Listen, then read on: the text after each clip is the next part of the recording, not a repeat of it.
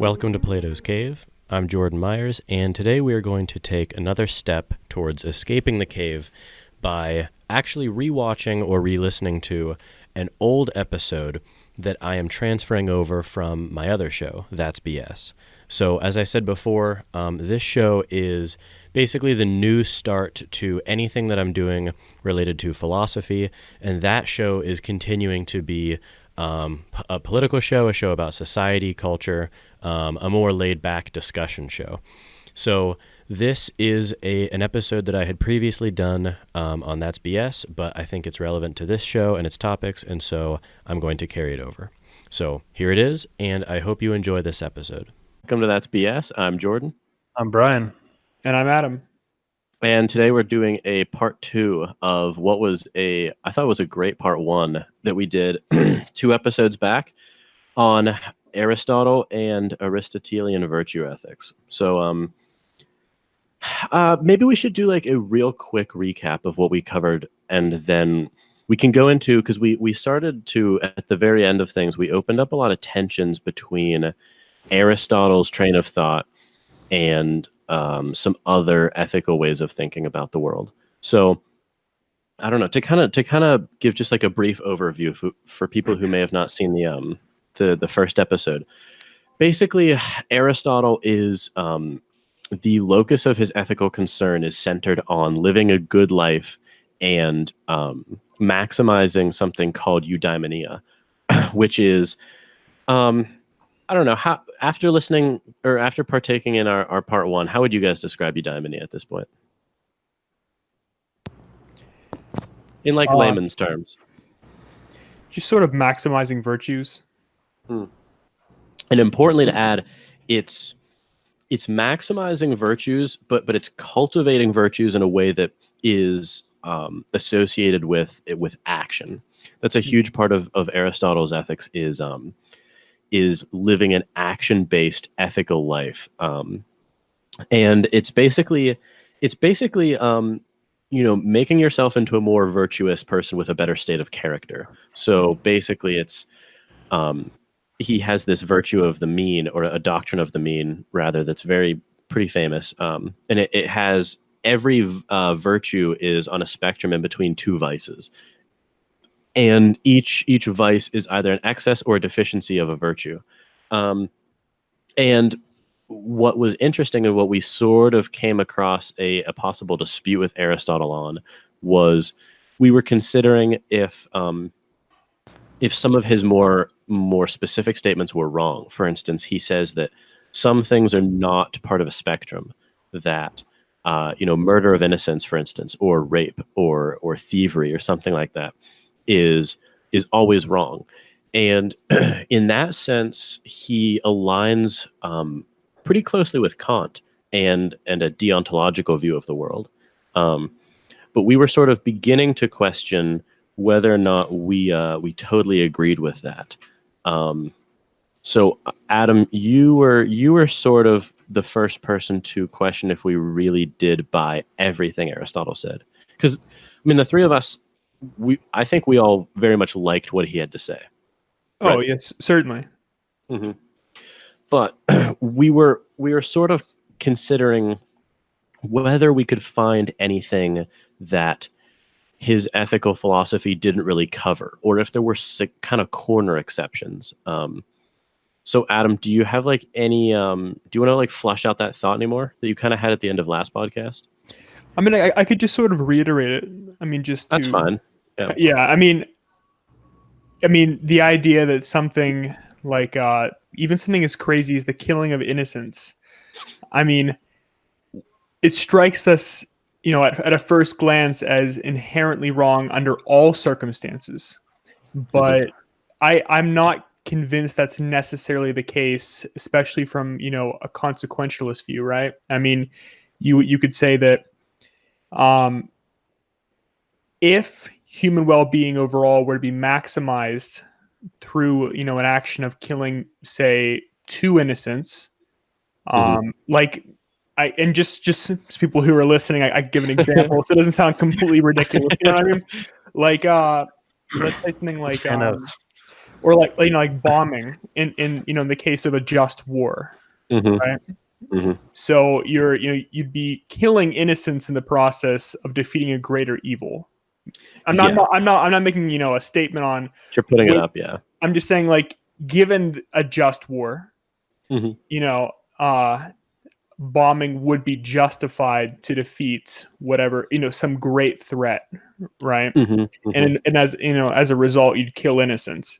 So to say that would be wrong would be sort of um, I think maybe a facile way of looking at morality. But then again, I'm sorry to contradict myself mid sentence here, but I guess the Aristotelian, um, sort of ethics in this case would be more on an individual level rather than like what a society would deem. I think Yeah.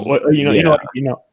No, I know what you mean. So remind me why Aristotelian ethics would find that unethical. In Well, that case, killing.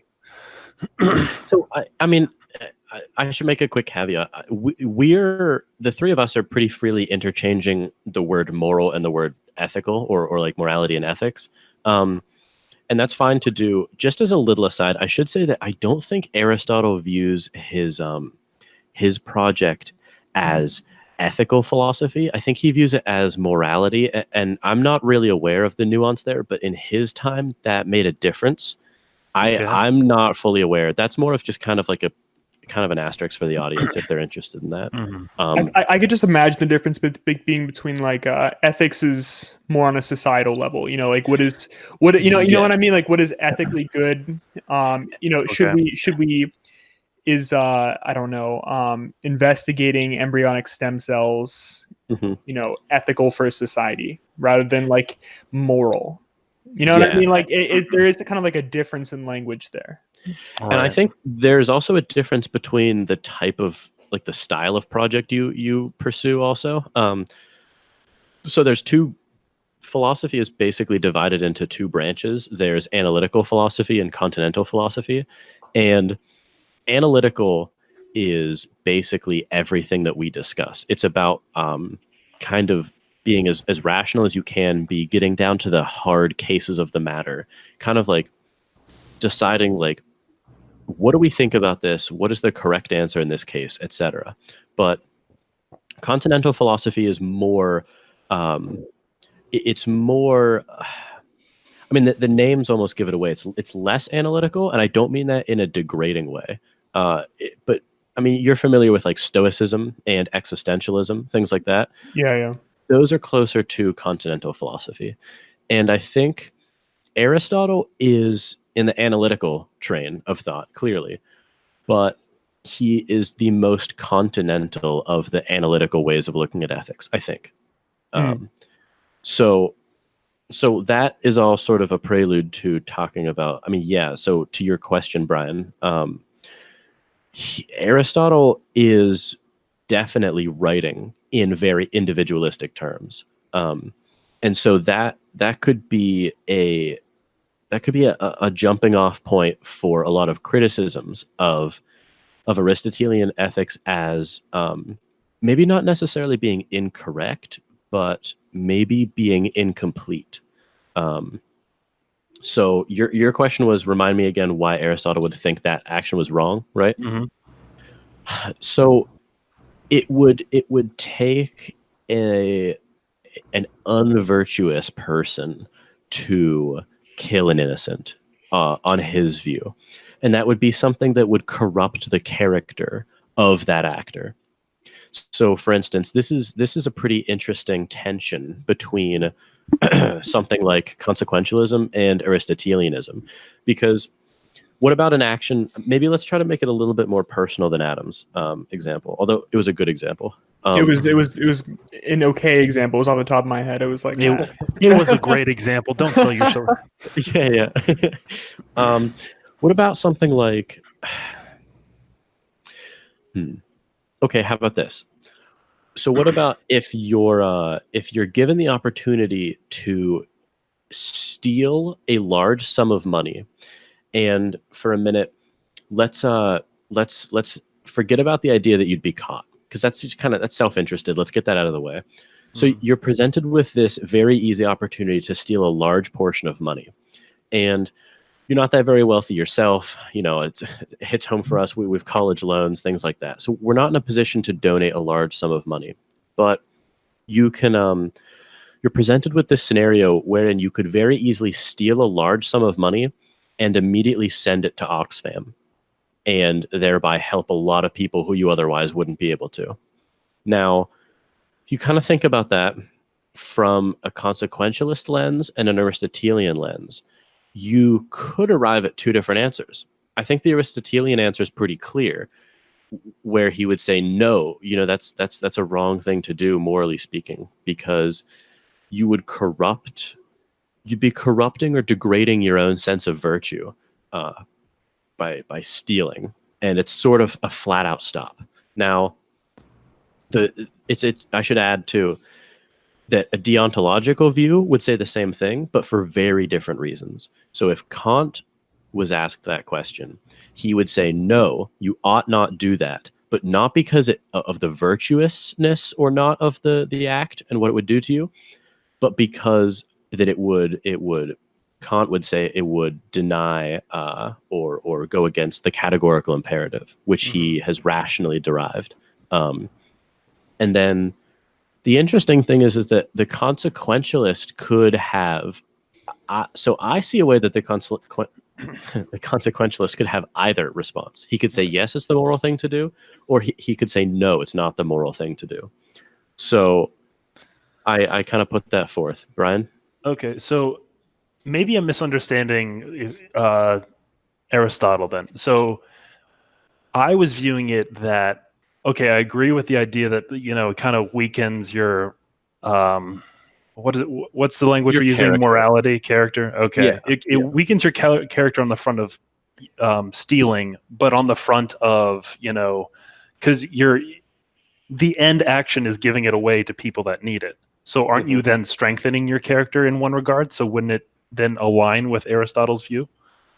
It's an interesting take on it.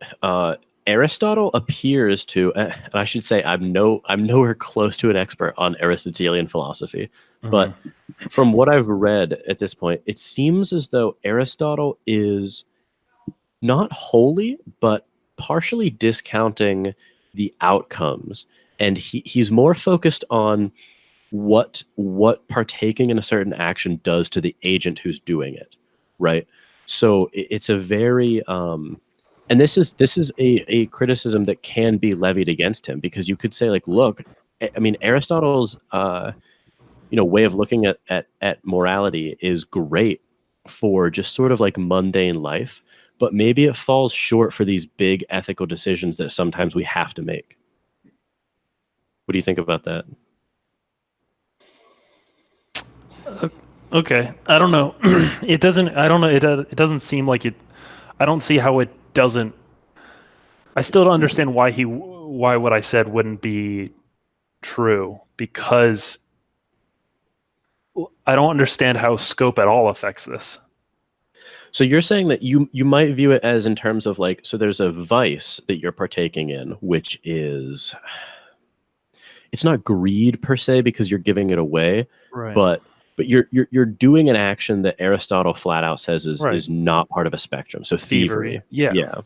But then you're saying that, well, maybe it should be outweighed by the fact that you're using that money and developing a virtue in giving it away, right?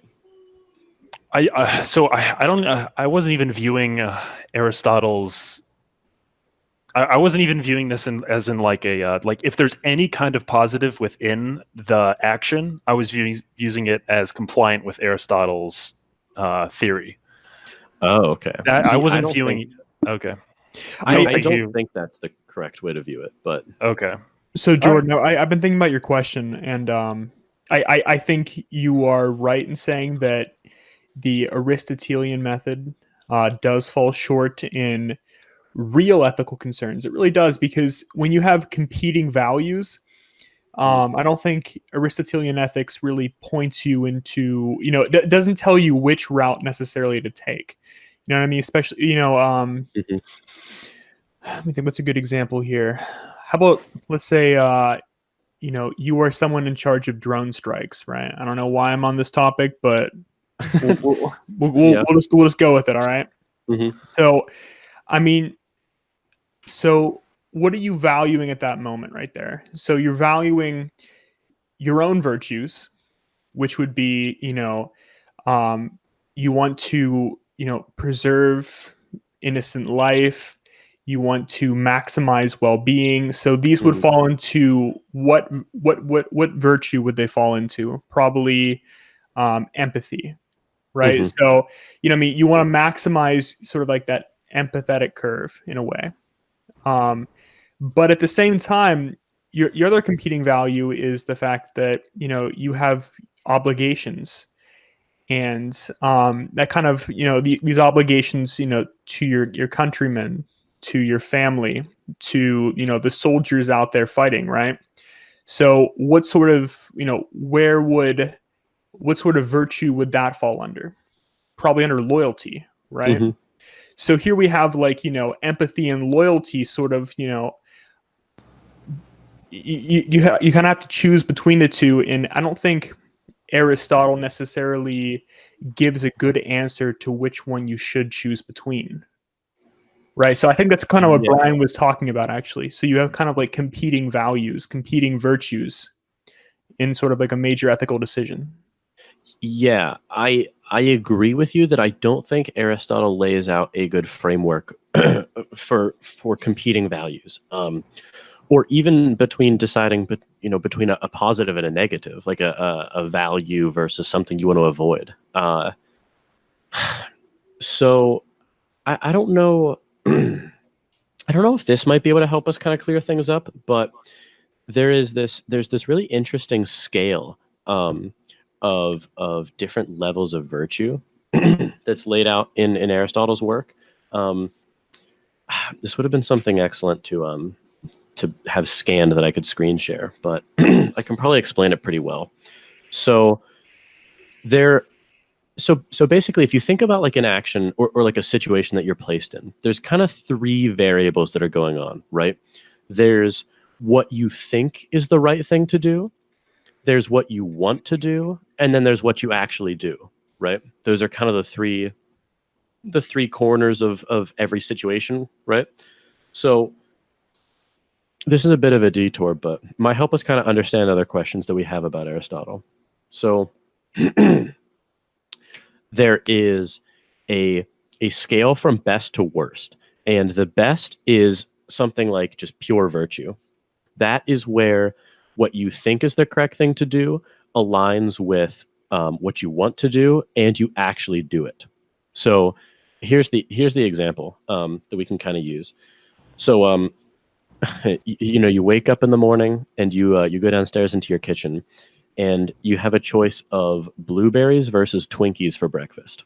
So the perfectly virtuous person thinks, okay, it's rationally better for me to eat the blueberries. And sorry, they also want to eat the blueberries, so that they're not even tempted by the Twinkie, and subsequently they actually do eat the Twinkie. Or I mean the blueberry. Sorry. Odd Some course sort of of events there. Yeah. He's a madman. He just eats the Twinkie. Just like very nihilistic of him. Just like, yeah. He's just like, I hate this world. Just eats the Twinkie. So that seems to be the highest, like the best kind of person you can be. Then the next best is encratia, which is strength or self-control. So this one's interesting. Is you go downstairs, you think, oh, it's rational for me to eat the blueberries, but you want to eat the Twinkie, but you have willpower, you have self-control, and you say, no, I'll eat the blueberries. And that's the position. I mean, honestly, I think that a lot of our ethical decisions are sort of placed in that framework, right? Maybe not ethical, but a lot of our personal decisions are placed in that framework, where it actually takes some work to overcome a negative pull towards the wrong thing. Oh yeah, I certainly agree. I just I don't want to like, jump the gun here, but I just feel like this framework doesn't take into account what I just brought up, though. No, Like, it doesn't. It doesn't. I kind of wanted to lay it out. I because meant again, to do this before. Oh, sorry, go ahead. no, I was just gonna say because like, one of the three, parts of the decision, what you want to do, what you know is right and what you actually do. Mhm. I mean, what if you don't know what's actually right? Yes. So like I feel like that's where that framework doesn't, fully fit. But I might have jumped the gun. That's true. And there, I didn't know this was going to come up, but there's some pretty interesting work by who is it? It's a philosopher. I can't remember. Maybe it's I think it might be the same guy that started the altruism movement, effective altruism. Will McCaskill. I think his graduate work was on moral uncertainty, which that'd be an interesting topic. But Is this through like the lens of just sort of like a gut instinct? Because you're talking Will McCaskill's work or this work? no, this work. Aristotle. Yeah, just as in like, what you think is right. Is this just sort of like a gut instinct, or is it something that has been rationally derived? Well, that's interesting because it's rational. But Aristotle, there's not. I mean, you'll notice there's not a column here for what you just kind of intuitively think is right. Sure. So I'm saying like in a situation where, you truly don't know which way, you should act, given a circumstance, then, I think this framework fails because you need something to, differentiate between competing values. Yeah. No, I agree. And I think, I've thought for a while there's a weakness in Aristotle that sort of demands consequentialism to step in. And I mean, that's what I've thought about it for a while. Sorry, is one of you giving like feedback at all? Do you hear that or no? I don't hear it. Okay. I don't hear it either. Sometimes I get a little echo. I'm gonna mute myself and then That's for a okay. little bit. Okay.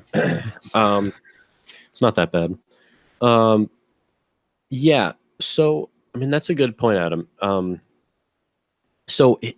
Maybe we can get into this part of it because I think that almost everything that Aristotle says is excellent stuff, but it is morally prudent only because it actually tends to very well fit into a consequentialist grounds for things. So this is interesting, but I sort of view Aristotle's entire work as a framework for something called rule-based consequentialism. Have you ever heard of act versus rule consequentialism? No. Okay. Well, it's interesting, and I think it ties into this really well. So there are two branches of consequentialism where act consequentialism says that whatever act will bring about the best consequences is the morally correct thing to do. And the other one is called rule-based consequentialism. And that would say that whatever set of rules that you can adhere to that tend to bring about the best set of consequences are the things that you should do. So it's interesting because you can quickly see where the two diverge. So act-based consequentialism is it's sensitive to the details of every single situation that you're in, and on a dime's drop it can switch what you're supposed to do because of the tiniest imbalance of consequences, right? So if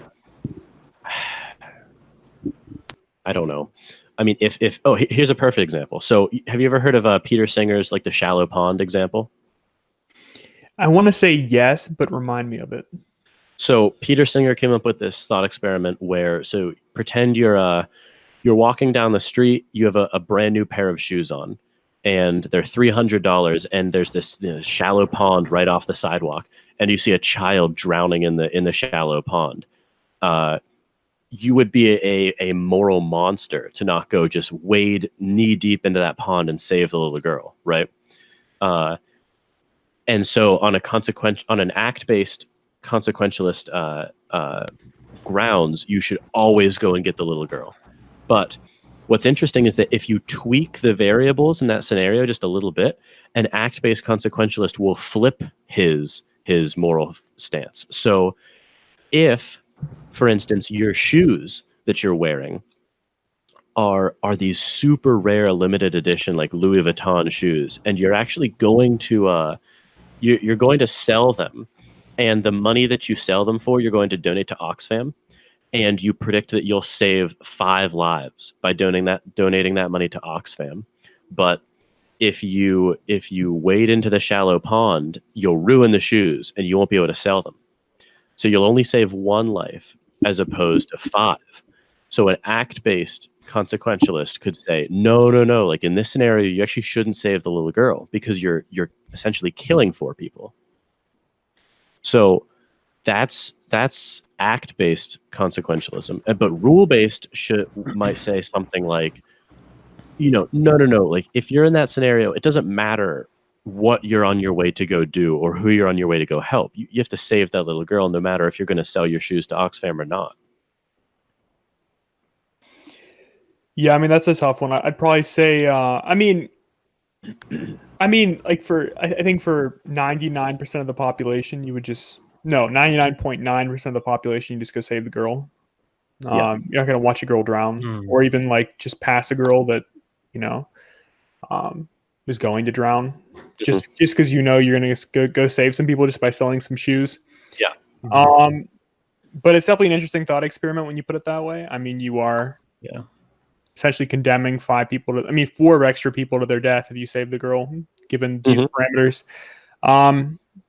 Yeah, I've heard that that thought experiment put forward in terms of saving African children by just cutting down on nets, yeah, of course, yeah. Well, the interesting thing is that Aristotle here seems to kind of provide a very personal framework for rule-based consequentialism, because he could say something like, yes, like I understand that you're, by not saving that 1 girl, going to save 5 in Africa instead. But think about like what sort of impact that course of action would have on your character, right? Like that would be, it would tell us something like very interesting and sort of dark about you if you were the type of person who could just walk past a little girl and then go donate to Oxfam, even though you're doing the right thing, right? It tells us something like really interesting about your character. Yeah, I mean, you're certainly a moral monster if you do it, probably. I mean, I wouldn't want to interact with you. I mean, yeah. I mean, or your sense of morality is very different from my own. Maybe not a moral monster, but very different from my own. It's weird because you have that intuition to say you're a monster, but he's going to save 4 more children. Yeah, but you also pass a girl drowning right in front of you. Exactly. So it's kind of like a twisted empathy. You know what I mean? It's kind of like almost like a robotic sort of empathy. Just like you don't have real empathy, you have like robot empathy. You know what I mean? I had the choice of saving 1 unit or 5 units. I chose 5 units. It's only logical. Yeah. No, and this is I think like Aristotle, I think expressing that difference in terms of like a virtue and character is maybe even better than expressing it in terms of consequences, because the consequences are, if you just look at body count, it is actually better to walk past the little girl, right? In just purely terms of body count. But if you consider, you can say it in Aristotelian language and still have it play out in terms of consequences, what type of person you would be to be able to do that. Or do you get what I'm saying? It's best like conceptualized in Aristotle's terms, but I feel at least as though it holds true because of the consequences of the scenario, right? Because like the type of person that would do that is probably not the type of person who see, I don't know. It's just like it's really hard because they are actually saving more people. Like you almost want to say like, well, that's not a person that I would want to interact with, but like it's I think people who brush over this are not giving it its fair due, because like I agree. If I saw you do that tomorrow, I'd be like, Jesus Christ, like he's a monster. But but you are saving 4 more lives. There's another angle you could consider. It is like the societal impact. It's like, does you could argue that in saving that one life, he's enforcing a society that cares for people, because otherwise, like, then you just have, like, whenever someone's drowning, you just see people standing on the wayside just calculating the moral cost, which is like some sort of, dystopian world. So I think there is an argument to be made about the societal message you're sending, and I think if you put that into the equation, then it sort of tips the scales the other way.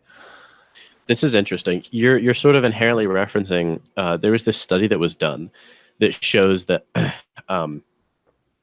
it's analogous, but not directly. Sure. There was this study that was done that showed that people who were more consequentialist were actually found to be worse friends and worse like romantic partners than people who were deontological in their skew. So it's weird. You can kind of relate to this, right? Like if you saw someone like you're across like this big pond and you see someone on the other side and there's a girl drowning, and you watch that person kind of deliberate over the moral calculus, all the while this girl's screaming like, "Help me, please!" She's drowning, and he goes like, "Shut up!" He's like, "The consequences do work out," and then he dives in to save the little girl. Right? Like you kind of view that person as like not a psychopath, but like something close to a psychopath, right? It's me, Captain. Was it Consequentialist? Like Captain Hindsight. Yeah. So that's true. But I find it very hard to brush away the counterfactual that he could actually be saving 4 more lives also.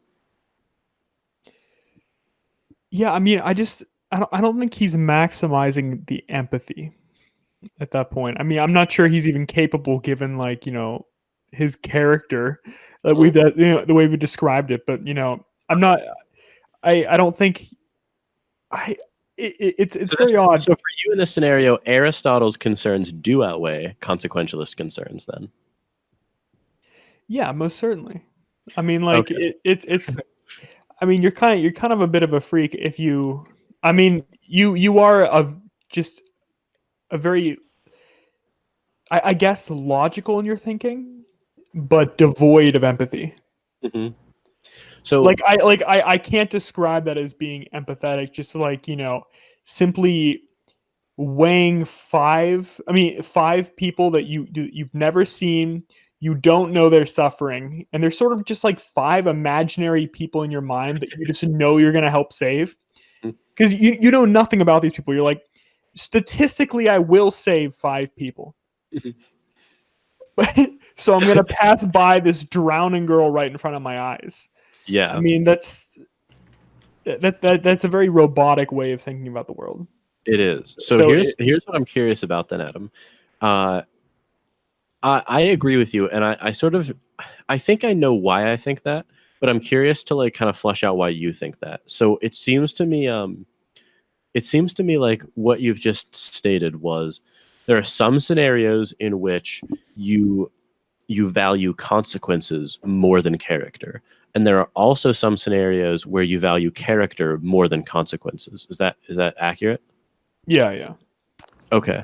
So I'm curious because unless we want to kind of go into this reflective equilibria about it, I'm curious if you can if we can almost reason our way through what precept you're using to determine in which case is it accurate. Because I don't think that you would want to leave it down to purely intuition, right? No. So I'm curious, like, what sort of scenarios justify valuing consequences versus valuing character? I kind of want to flip that around. I kind of want to Okay. maybe answer the opposite actually first. It's because that's the first thing that came to my mind, is sort of valuing Yeah. why would I value character over consequences. So for me, it comes down to the values and the that we kind of set forward, or that Aristotle set forward, that you can sort of maximize, right? Or virtues.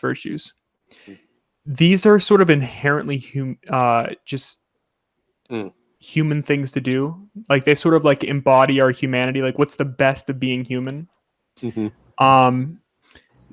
And I think that when you ignore sort of, the essence of our humanity, it's no longer sort of like morality and sort of like through like the lens of human beings at that point.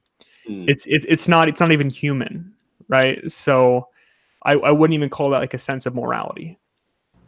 Okay. I mean, that was kind of poorly stated, but no, I hope you got the idea on that one a little bit. I think so. So kind of, I mean, a way of saying what you're saying is you wouldn't want the demands of morality to be so great that they degraded like what it was to be a human being in the first place. Yes. Okay. Yes. I mean, like if our morality shouldn't take away from being human. So does that, or at least the best parts of being human? And I think empathy is one of the best parts of being human. Like we're a social species. I'm gonna have to clip that as a little soundbite and send it to Paul Bloom. Do you know his book Against Empathy? No. Oh, really? Okay. I mean, he's such a reach guest for us. I mean, he's like super famous. He's a psychologist at Yale. He wrote this whole book like detailing why empathy is a terrible thing. That sounds like a silly book. I have found parts of it fairly compelling, actually. So would he prefer us to behave like robots? No, but he thinks that juxtaposition is a false one. Okay. All right. Then what would be the correct sort of dichotomy? Well, I damn, I knew I shouldn't have said it. There was a point that I wanted to get to. I kind of meant that as a joke. There was something that I wanted to introduce anyway. Okay. Because I don't think empathy is the best like case here. Yeah, fuck feelings. So, sorry, I lost my train of thought. I wanted to go back to so maybe that precept that I was trying to get you to define was whenever the demands of morality reach beyond what it is to be a human, that's when you would shift from valuing consequences to valuing character. Sure. Okay. Now, see, I want to put a little pressure on this, because what if in the shallow pond example, it was saving one girl who had cancer and was likely to die in 6 months anyway? Would you then still save her instead of donate your shoes? Or, well, sorry, I should ask a different question. I'm not curious what you think you would do. I'm curious what you think you should do, because undoubtedly those are sometimes different answers. Yeah. One's a lot more interesting too. Exactly. Yeah. I was kind of thinking like, what would I do? And they're just like, wow, okay, we know what we would do. Would I save the girl drowning in front of me? What should I do? I think we would, but I'm curious if we should.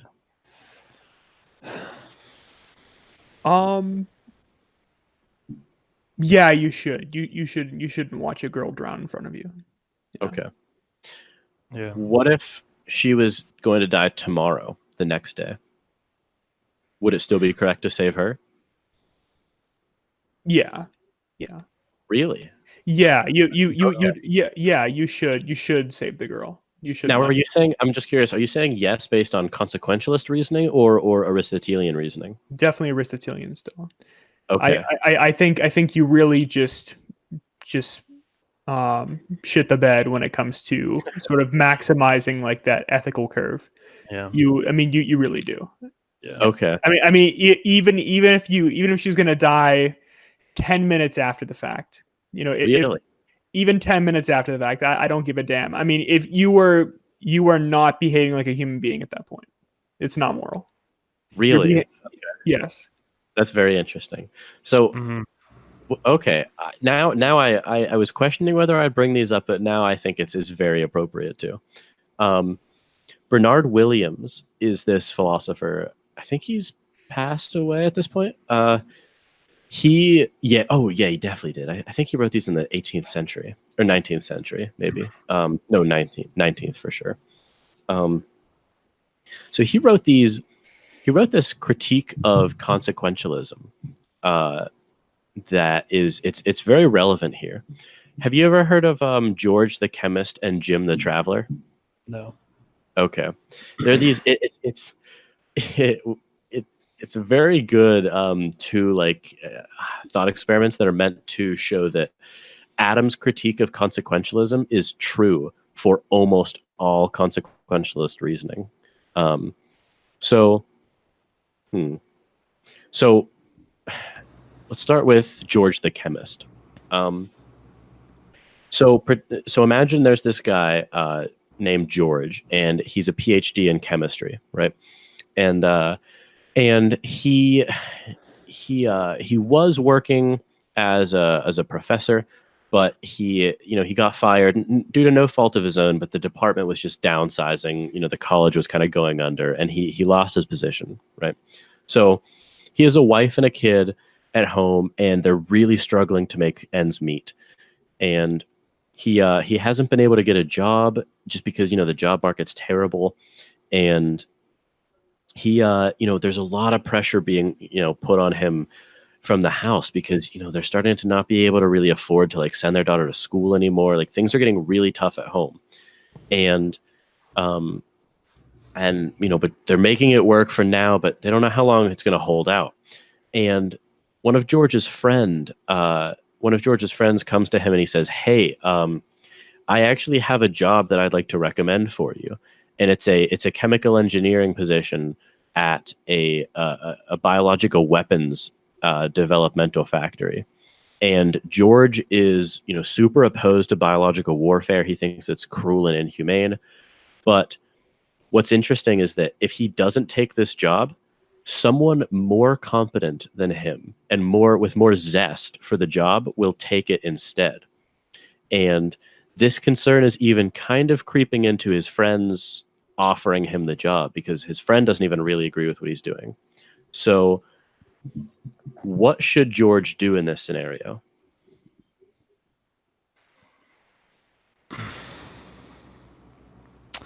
Because you see how it's supposed to tease apart concerns about our own character and our own virtue from concerns about consequences, because all of the consequences stack up clearly on the side of taking the job.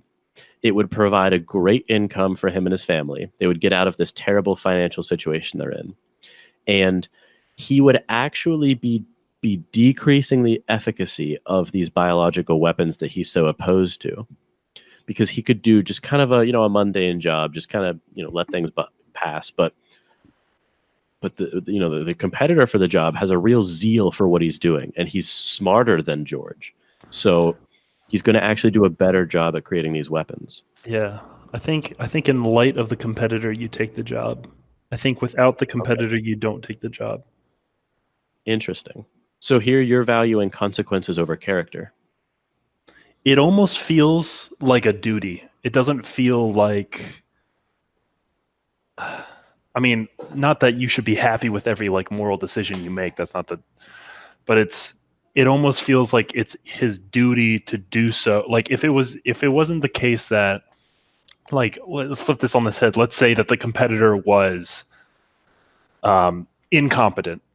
Mm-hmm. And so there'd be like less death as a result of his competitor getting the job. It almost feels like the inverse would be true. That'd be like it would be his duty to reject the job, because it feels like I don't know, it just feels like him taking the job, although not ideal, checks all the boxes, right? He wants to make sure his family's happy. He wants to, he may be against these biological weapons, but if he wants to minimize the damage they do, it'd make more sense if he took the job. Mm-hmm. So, yeah, you probably take the job. I mean, you're not really sacrificing your humanity either. Really? Okay. I think not in the same way as watching a child drown. Yeah, I think in light of the competitor, that's what I'm saying. In light of the competitor, you're not sacrificing your morality.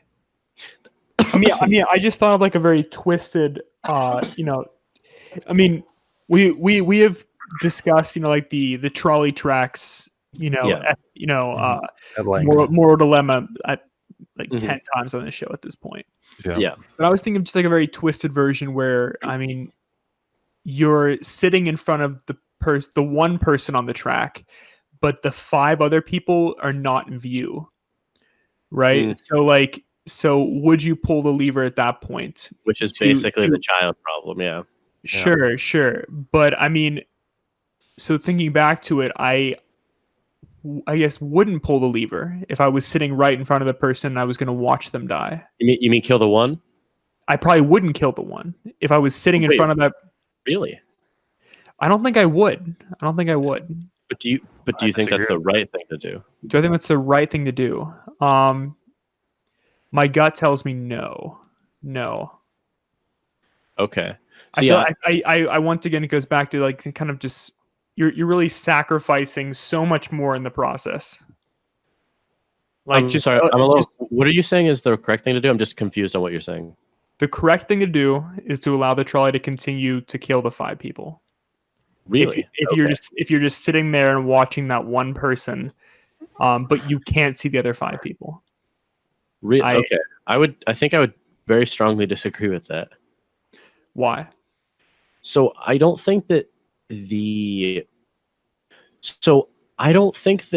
simply because you feel an emotion, I don't think that grants credence to its being correct or valid in a certain scenario. Or even if it is correct, I don't think that de facto means that it should overpower other moral concerns. So if you're saying that, like, I'm assuming the counterfactual is that if you could see both sets of people, you would divert it and kill the one. Sure. Yeah. Okay. So, I don't think that moving the people out of sight or out of mind invalidates all of the concerns that you had when they were right in front of you. And while understanding that the emotionality of it is going to be very different, I don't think that overrides the ethical concerns involved. Wait. No, but I think no, it doesn't override, what the consequences will be. But it makes you shift. But it makes you shift the value of character. But I feel like you definitely sort of like, hid sort of the bias in your answer there, because I think you're really changing the process. The process is entirely changed now because you are really sacrificing a lot of your humanity by, sort of choosing to direct, the trolley to kill the person right in front of you. So, I mean, like it's through Aristotelian sort of view, you're really shooting your own empathy at that point. I like, for the sake of just like, a notion that overall the consequences are better. See, I don't think that's. Go ahead, Brian. Why wouldn't you be empathetic to the 5? Because you're just much more empathetic to people that you're like you can see with your own eyes right in front of you. I mean, are you as empathetic towards your your parents as you are towards the people suffering in Africa? Okay, I don't know. The trolley somehow feels like a different example entirely from the African child drowning in a pool example. What did you say for? It just feels different. I'm not really sure. I'm trying to dissect that right now. But what did you say for the child dying in the pool, Jordan? You mean what do I think is correct to do? Yeah. This can get really complicated. Okay. I think no, it's a good question. So I think that even if you can save the 5 in Africa, you should still wade in and get the child, because I think in that scenario, it's. I mean, so here's the thing: is like from a God's eye view, the consequences are abstracted. They're better to save the 5 than the 1, right? That's obvious. We don't need to Right. quibble about that. But there are more consequences than just that, right? So this is I'm totally agreeing with Adam here. Like it would be viscerally so disturbing, and it would be so hard to come back from. And anyone who saw you do it would think you're a monster, and you would have to live with these things that you've done for the rest of your life. Yeah, there'd be societal implications. Exactly, exactly. And the consequences more broadly, I think, would be worse. And it's also you have to absorb the consequences of you being the type of person that could do that, right? So what's different between that and the one and the sort of the thought experiment I just proposed with the trolley tracks? Yeah. I think yes, because it has to do with responsibility. It has to do with positive versus negative responsibility.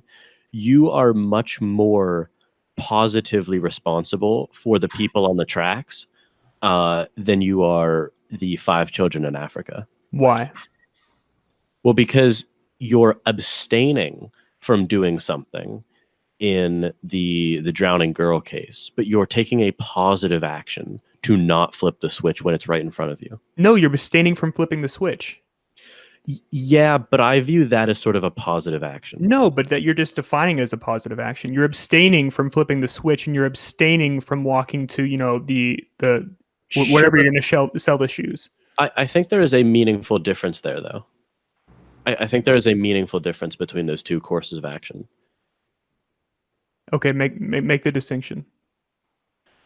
Well, for one, you have to walk past the one person you're killing, and yes, go. In this case, you would just have you would have to flip the switch and watch that person be killed. Yeah, I don't know. I mean, you feel no pull towards the. So I feel pulled by both scenarios. You feel no pull towards the one and fully towards the other. I mean, I feel, because I don't know. It's really strange to me that like I feel very not at ease by the idea that if you simply tuck the people away, sticking with the trolley scenario, if you simply tuck the people away, what is ethically correct to do changes. I find that I don't think so. Just because like the people in Africa, like the only reason we have no problem sort of disregarding them in this case is we don't because see them. Yeah, it's just because they're more abstract than the people in the trolley. They're even more abstract. They're like some people in Africa will be saved. Right. And it's just like, but in this case, it's like there are people on the trolley track, but there are people in Africa you could save. In both cases, that is the case. But one just seems more abstract. Yeah, I think we've never been to Africa. We've never. Go ahead. Yeah, sorry. I think the trolley problem, the word I'd use is direct. It feels like you're directly responsible, whereas in the Africa problem, it's implicit that you are directly responsible for those deaths, but it doesn't feel like it's entirely your fault. It's like, well, there's like political problems and stuff over there anyway, and that's kind of, I don't know, carried into the equation subconsciously. At least for me, that's what it feels like. Whereas with the trolley problem, it's like, no, I'm killing those people if I don't do X or do X. It depends on the scenario. So I think like how direct you're being with the trolley problem, I think that's the variable that makes me want to kill the one person as opposed to the 5, even though they're still like out of sight. And I think also you're importing your own kind of like way of viewing things towards everyone here, where if you actually viewed things in a consequentialist framework and you were more drawn to that, I think that your argument against it would kind of fade away a bit. Because like if you, I mean, like even just like speaking myself, like I think I would be pretty haunted by the fact that I didn't save the 5 by flipping the switch, because like it seems like sort of like inherent in your view is the fact that you think it's wrong to save the 5, and that's why you'd be so distraught about it. You think like, Jesus Christ, like I can't believe I actually watched that guy die. Like I shouldn't have done that. But if you actually genuinely believe that it would be wrong to save the 1, that would be what haunted you, not the reverse. You think about this. I'm just trying. I mean, I'm just But trying do to you like. know what I'm saying? Oh no, I get what you're saying. I'm just trying to imagine like what that scenario would actually be like. You know, a person pleading for their life on the track. Don't flip the switch, please don't. Like I have, Yeah. parents, so do you think- children.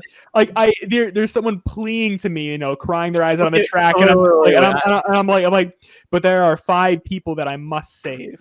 And Wait. But are you sort of smuggling in here like the way that other people would view you and factoring into that? No, what do you mean?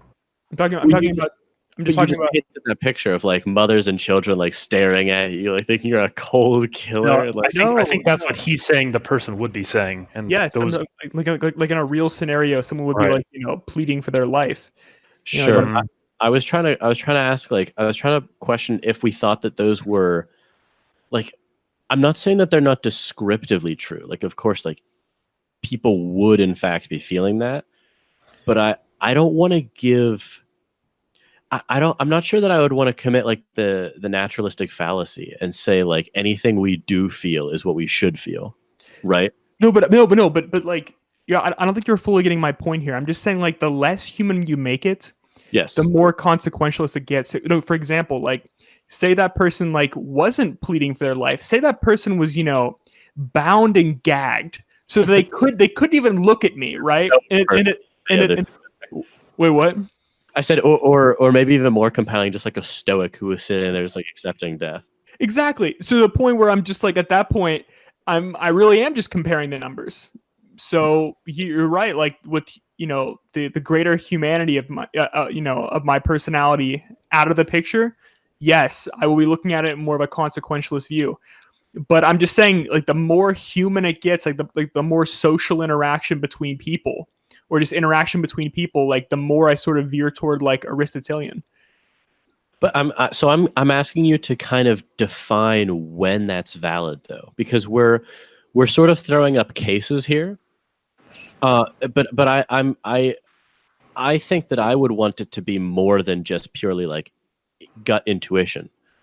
Is there some sort of a, because like if every choice that we're making here is defined by purely just like what we kind of gutturally react to, it doesn't seem to be a like cohesive, coherent ethical theory, right? No, I mean I think life's a little more complicated than something I can make on the spot right now. But I mean, fair. you know what I mean? I'm just saying like one kind of bleeds into the other, depending on just like Yeah. just being a human being. There's an interesting question that got asked, I think, in response to you, Adam, in the live chat. So someone said, in a similar scenario, you're driving a car and then lose control, veering towards a group of people versus turning the car towards one person on the other side of the road and killing them. Does being closer to the choice change anything for you? Oh no, that's actually a fantastic question. For me, like instant thought on that one is that I would veer toward the one person, just because there isn't that same level of humanity where I'm actually like I was saying before, if say there's like a lot of interaction between me and that person, I'm going to be looking sort of Aristotelian, but the more you take the humanity out of it, I look more of like a, more in a consequentialist view. So, if I'm driving that car and I make like a snap decision, a crowd or one person? Oh, it's going to be the one person, right? Because I don't know this person. It's just purely the numbers at that point. Yeah. I've never interacted with that person. It's not going to haunt me, but but I think it's a little different given the interaction you have. Like, you know. Okay. I don't know. Maybe I'm like not seeing it. I don't know. I'm kind of struggling to see what and I don't, maybe this could be like a, I don't know, kind of a short intro to the next episode, but I'm really curious to hear like what defines what conditions define what is valid and invalid for determining your choice between like valuing character over valuing consequences. I just told you though, it's so situational. It just is though. I mean, like I just gave you like, you know, the trolley track example. How one No, I know. just a few tiny things could change, and suddenly my decisions changed just because if they're bound and gagged and they can't plead for their life, and I can't really I can't make a human connection with this person. Well, I'm kind of looking at the numbers at that point. I think right? it's Like, I think it's interesting to consider the variables that lead to the that lead to your change in choice.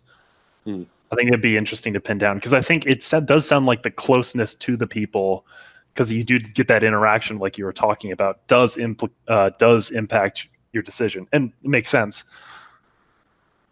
Yeah, I don't know. There's something that seems unstable about that to me. Okay. Do you have an example? Well, what about like because it seems like so valuing like proximity maybe as like a proxy for what's ethically relevant, it seems like it can lead to too many incompatibilities almost. Like what if you were walking down the street and you had $5 in your pocket, and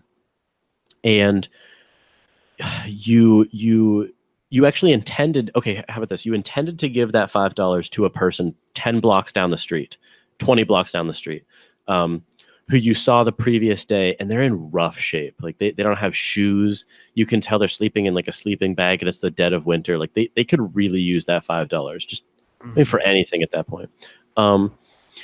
But you see this like, you know, other homeless person, but they're clearly better off. Like they don't have your or they don't have like a sleeping bag. You can tell they have like pretty good shoes. Yeah. So but what if this person really like hits home for you? Like they kind of remind you of yourself a little bit, like Jesus Christ, like there but for the luck of God go I. So, you know, something like that.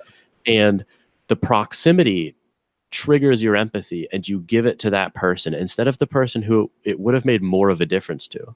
Well, it seems like it's sort of. I do think you cut me short with that example though a little bit in terms of just you know just how a human, you know, someone like myself would behave.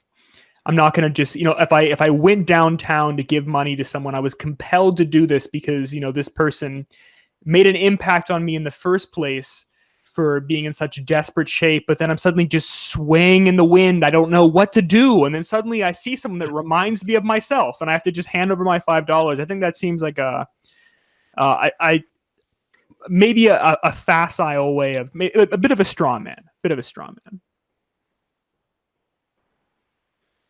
Sure. I guess I didn't intend for it to be like that, but I was just trying to paint proximity as not being the most stable and reliable way to judge what's most ethically relevant.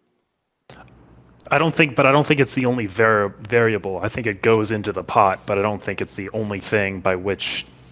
I guess I'm trying to find what is that thing though, like that thing that tips the balance, or right. Well, that's what I'm saying. It's not just one thing. Okay, so you're sort of a you're almost painting yourself, Adam, as maybe like some sort of the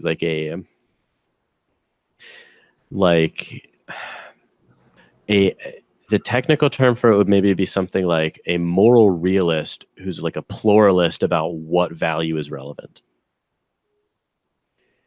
So you're not denying that there are true and false, actually right and wrong answers to different scenarios, but you're saying that there's a plurality of things that factor into it.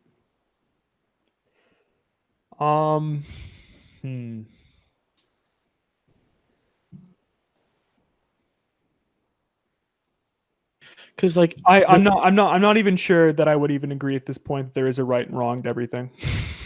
Oh, join us next week when we discuss. yeah. Yeah. Okay. Yeah, I'm actually given this conversation, I'm really, really not sure about that.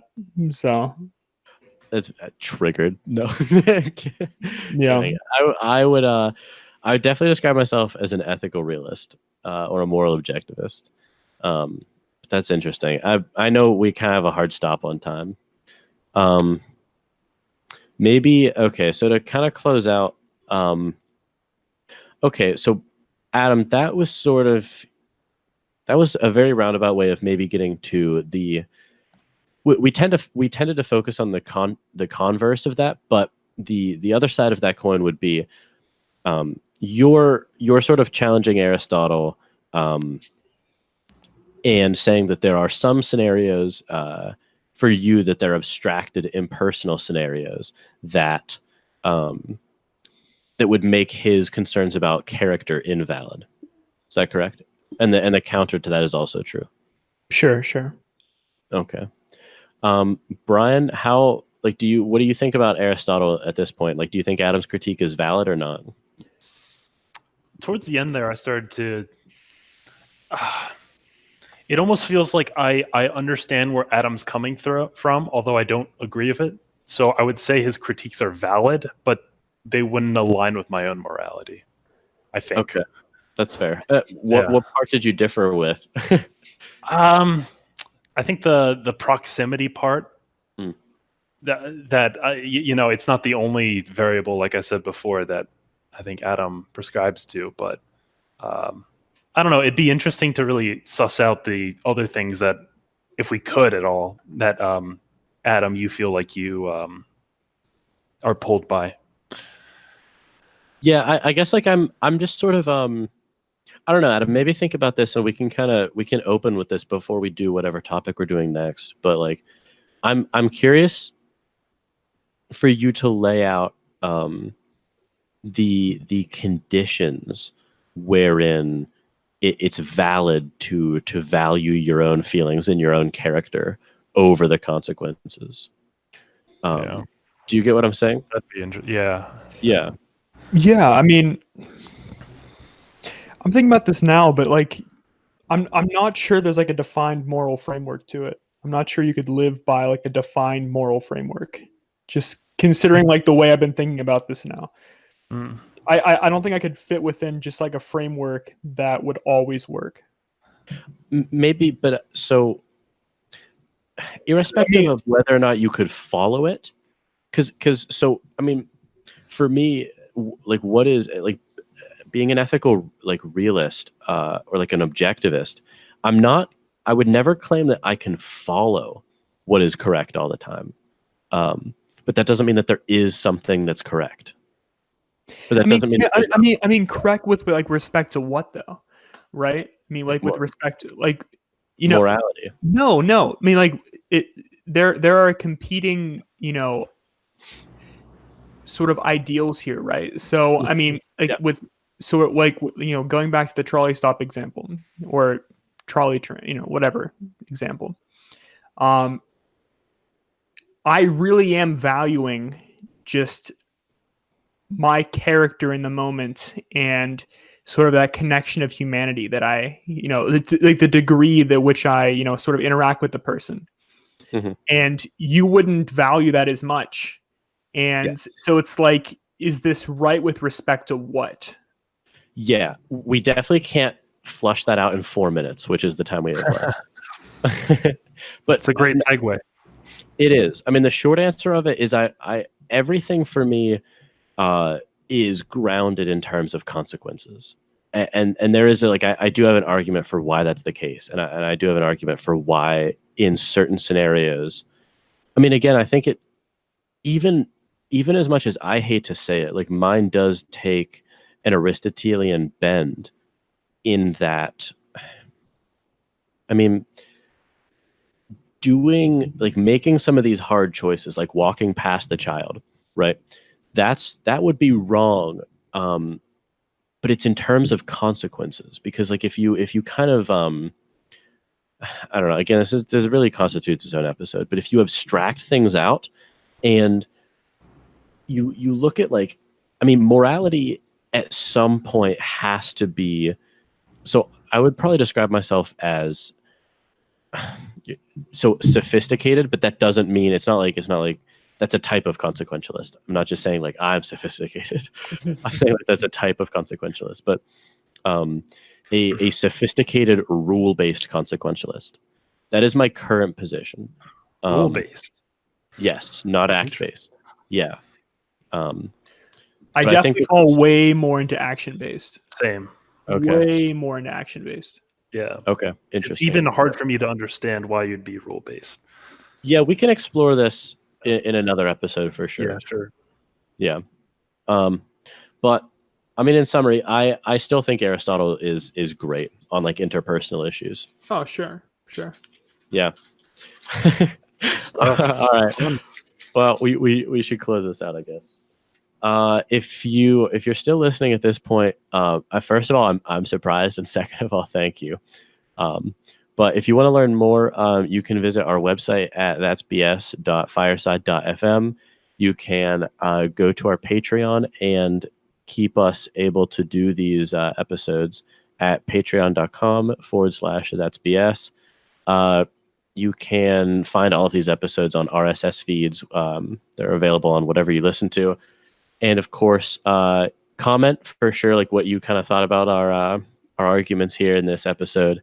And you can always email us for guest recommendations or topic recommendations at that'sbspodcast@gmail.com. So thanks for listening, and tune in next time. Well, I hope you enjoyed that episode and learned something from it. And if you want to support my work and what I'm doing, you can do so by supporting me on Patreon. You can go to patreon.com/Jordan Myers and donate on a monthly basis and receive rewards for your donation. Again, that's JORDANMYERS. And the links to everything will be in the description below. If you can't monetarily support me, you can support me in other ways by liking this video, commenting on it below, reviewing the show on iTunes, or sharing it with a friend or with your Twitter followers. You can also email me at platoscavepodcast@gmail.com and follow me on Twitter at Jordan_C_Myers. And if you want, you can check out my other show called That's BS. It's a more discussion-based show with me and friends. I mentioned it at the top of this episode. So if you enjoyed this, please consider supporting me on Patreon. And as always, thanks for listening.